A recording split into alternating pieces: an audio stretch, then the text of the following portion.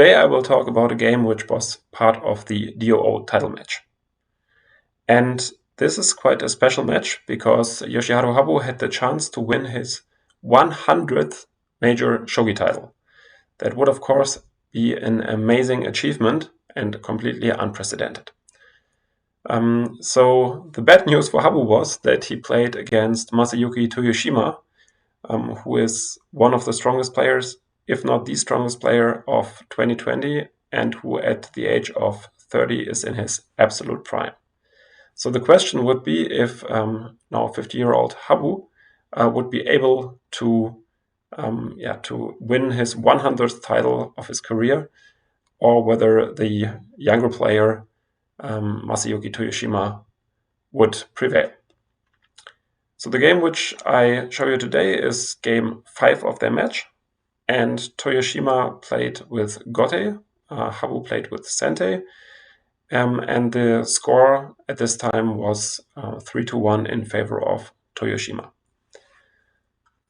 So Habu opened the game with a move pawn to 7f, and Toyoshima tried to go for a bishop exchange line.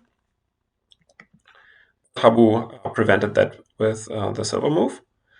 And now Toyoshima opted for a very aggressive setup. And the setup basically, he will show it right now. So his intention is to go knight to 7c very early on. I have to say I'm not a big expert in this opening, but I assume that the idea should be that the knight jumps and puts more pressure on this construction here. So for instance, if Habu now went for this pawn advance, I guess that would be a bit premature because Toyoshima could just take, and probably already here knight jump looks pretty unpleasant because after silver move to defend the pawn and the silver, now you can break through, and after, let's say, takes, there's already a lot of pressure on Sente's position. So therefore, instead, Habu decided to reinforce his position, to in particular reinforce this weak point here. So Toyoshima also now, of course, defended against the pawn push 2d, and now a slower game just started. Right? I mean, both sides have defended the immediate attacks by a static rook, and now we just get a slower game in which we see a couple of developing moves. So one thing which I realized, and that's, for all of you who have seen the Hidechi series, I always had the feeling that you go for one of these more classic castles quite often, but seeing these really modern games, you see that in many of these games, the king stays in the middle. And this is also the case now for the game at hand.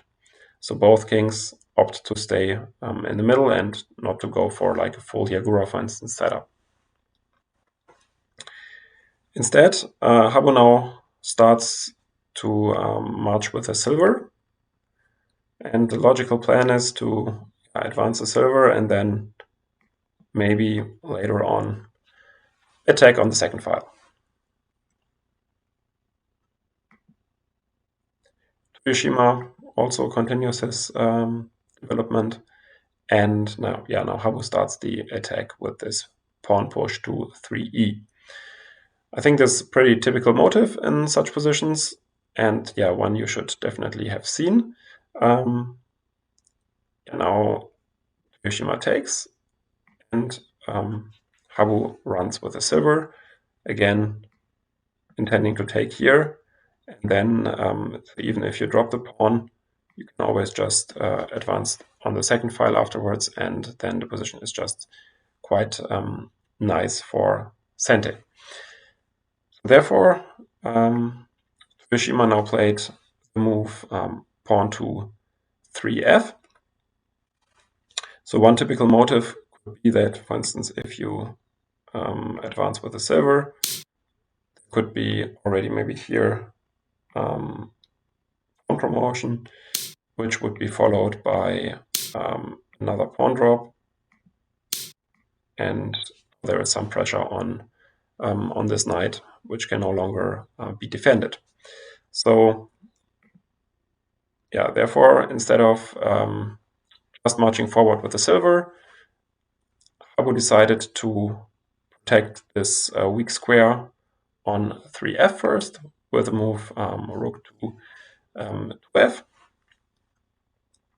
which at the same time attacks the pawn and maybe also prepares just this typical plan again. Now Toyoshima starts to play much more concretely, so he doesn't want to see the silver advance followed by pawn to 2d. So instead he now takes action himself, which I think is exactly the right timing. And yeah, so what's the idea of this pawn sacrifice?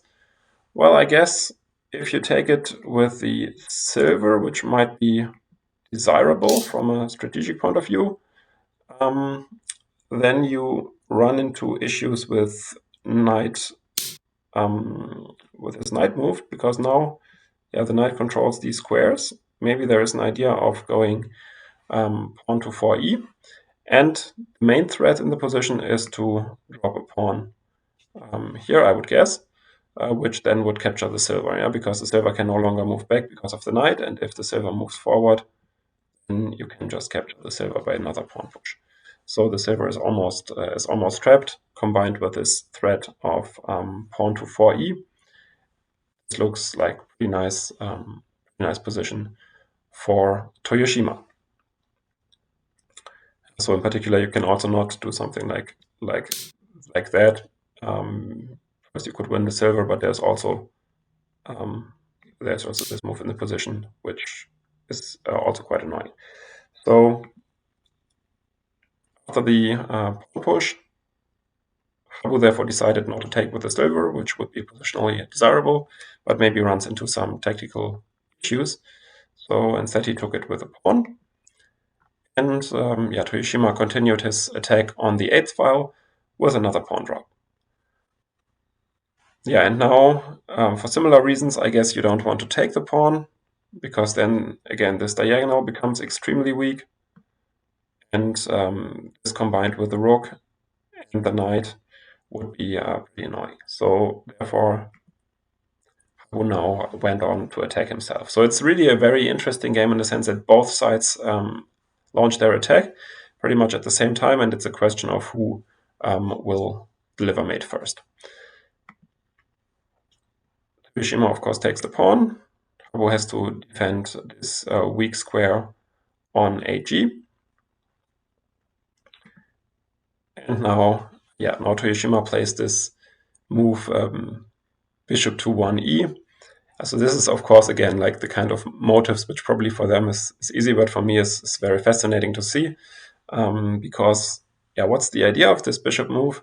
Well, it's just a prophylactic idea. You want to avoid this pawn push. So you first deflect the rook from this pretty strong square on 2f. And now that the rook is gone, you go back with the bishop, which no longer has any business on this diagonal because it's not really doing anything. So instead, now the bishop on 4b, on the one hand, might be able to join the attack at some point, and on the other hand, has some defensive purpose. Yeah, but this kind of maneuver where you first deflect the rook and then go back with the bishop, this is pretty advanced and quite hard to see or play for an amateur, I would say. So therefore, we're not trying to understand it even more deeply because I don't do that myself. So instead, we take a look at what Habu did. Habu brought another piece into play with the knight. And now Toyoshima entered the bishop into the equation. And now, after a few more moves, now Toyoshima brought the rook into play, putting some pressure on this construction. And potentially maybe threatening to drop a pawn to 3D at some point, which actually he does right now. And yeah, now it gets extremely concrete. I thought this was pretty clever the way Toyoshima did all of that. Because now after takes, the idea that Toyoshima had was to go for this silver drop. So that's, of course, a very nice attacking idea. Yeah, now maybe threatening to take the gold. And yeah, of course, something like taking would not really work because now after takes promote, you can't go for such a fork because it's just a check here, and then the rook takes over control. So therefore, after the silver drop, Habu decided to just take another pawn. But I mean, just to my eyes right now, it seems that Toyoshima's attack should be a little bit quicker. But of course, yeah, I can't really judge this finally if this position is already better for him or not. I mean, the downside, of course, for Toyoshima is that he doesn't have a lot of material in hand. So he now makes sure that he at least has one piece in hand to continue his attack by taking and now dropping the gold back to 8G. Yeah, Habu now pretty much has to take it because if you run, I mean, the situation is not going to improve. So yeah, he decided to take it right now, and now, of course, to go back with the king. Yeah, and now we see a motive which we have seen also in one of Fuji's games, I think, which I analyzed for the channel. And this is the motive of attacking from two sides or two flanks. And this is exactly what Toyoshima now does as well. So he already has this one flank covered, but there might be an escape route for the king, so somehow to just run. And yeah, this is now made more difficult by this pawn drop, which attacks the knight. And now it's clear that if Habu wants to fight against that, he has to be very quick. And basically, if Toyoshima gets a couple of more moves, like for instance maybe some gold move or silver move, then this rook will also get some problems. So therefore, Habu now decided to ignore the knight and to go for first this pawn drop, kicking the rook back, and now this pawn push. Yeah, and the pawn push, the main idea is to deflect the gold from this protection. So the gold at the moment protects quite nicely the point on 2c. And now Toyoshima decided to ignore it. I think maybe one alternative could have been to attack the rook. I think then maybe even some sacrifice could be interesting for Habu. So Toyoshima basically decided to go on with his own attack by just taking the knight. Now, of course, it gets very concrete. Habu takes the pawn, deflects the gold, and now drops the silver to 4c. So that's, I think, also pretty clear that you now want to attack in this way, because now this king is, also seems to become a little bit more weak. I mean, in terms of king safety in general, of course, this king is less safe. But on the other hand, Habu has two pieces in hand, a gold and a silver. So it looks like, at least in a material way, Habu has more attacking material. So that's kind of like the trade-off here. So Habu has worse king safety, but more attacking pieces. Toyoshima, for that reason, now decides to get a silver in hand. Takes, and now, of course, the gold move, the idea of protecting against a potential drop on 4c. And Habu goes for the silver drop to 6a with a check. That's also very nice way of attacking.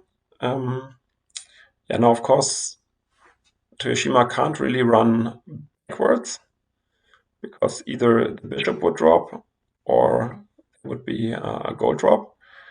And so the only option that he has is to run forward, but this turns out to be pretty good for him. Because now suddenly, it's no longer clear like where you could attack, and the rook is somewhat weak as well on 4d. So now the rook has to move. Now that I think after, let's say, a gold drop here, you can just take the rook. Now the material that Habu has is just not sufficient to really pose serious problems for the king. Now, if you want to stop that, for instance, a gold drop, you go back and now you're not getting mated, and in the end, the material that Toyoshima has in hand would prevail. So therefore, after the king move, Habu decided to go back with the rook. But yeah, now it's I think clear that the attack is a bit too slow. Toyoshima finds a very elegant move to now prevent against the gold drop on 5b. And now he takes control over 5b as well and has a potential retreat with the king, which in the game he doesn't even need. So I think now it's clear that his position is overwhelming. But Habu, of course, does not yet want to resign and drops another gold to continue his attack. And now Toyoshima plays another really cool move, namely this knight drop to 4d. So these are the moves in shogi which make all the difference. So it's a move which is both an attacking move and a defending move, and that's always great if you can make such a move. So it's a defending move, of course, because it defends against the rook. But on the other hand, it's an attacking move because it prepares a knight advance to one of these two squares, which we are going to see in the game pretty soon. Yeah, now Habu moves his rook, but this now appears very slow. So I think he could not really do anything anymore, and now he goes for this rook lift. But I think Toyoshima had calculated concrete lines here already and saw that he can deliver mate. And the way in which he does it is pretty instructive. He first deflects the rook from the protection of the pawn to then just take the pawn. And now he has a third active piece in play here with the knight. And after rook takes, he advances with a token. Yeah, now what is the threat? So if, let's say, Habu were to take here, then there is the silver drop with a mate. So that is not feasible. And instead, Habu gave a check with the bishop, creating some luft for the king. So the king might now run at some point, but still the problem is that this knight is just a beast. It's just way too strong, and we now see this effect of dropping the knight on 4d, which was just a very, very clever multi-purpose move. And after pawn drop, Habu tries to defend against the mate by the silver drop by just dropping a gold on his own to protect the square. And now Toyoshima went on to attack with a silver drop, after which Habu resigned. Yeah, so what's the reason for Habu to resign here? Well, first of all, the threat is, so suppose you take here, and it's just takes, and no matter how you take back, it's always a mate. So what if you take here instead? Well, then you just take back, and now again, this mate is threatening. And if you're trying to run, for instance, by taking here, then I assume you can just take back here. Now gold drops are threatening mate, both of them. So I would think the only move is to go up with a king, but now you just have a double gold drop here, and let's say here, and that's also a mate. So in this position, what else could you do? Maybe you could take here, take, and maybe just drop a silver. Yeah, now I guess just again reinforcing the position with another gold drop would be fine, because then white runs out of material. Habu runs out of material to defend. So we have the same problem again. That after, let's say, takes, you no longer have a silver in hand, and the game is going to end momentarily. Yeah, so therefore, as I said, in the position after the silver drop, Habu resigned. And therefore, Toyoshima won this match with a score of 4-1. So yeah, what can I say? It's of course I would have liked Habu to win his 100th title in the career, which would be an amazing achievement, and especially since he didn't qualify for a title match since 2018, when he already lost a match to Toyoshima. It seemed like maybe not his final, but one of his last opportunities to win this mythical 100th title. So I'm a little bit disappointed in that sense, of course, but Toyoshima just played the game and also the match in a in a great way, so absolutely deserved winner of the match. And I of course hope that Habu will win title 100 at some point, and if so, I will definitely cover this in the channel. Thanks a lot for watching, and see you next time.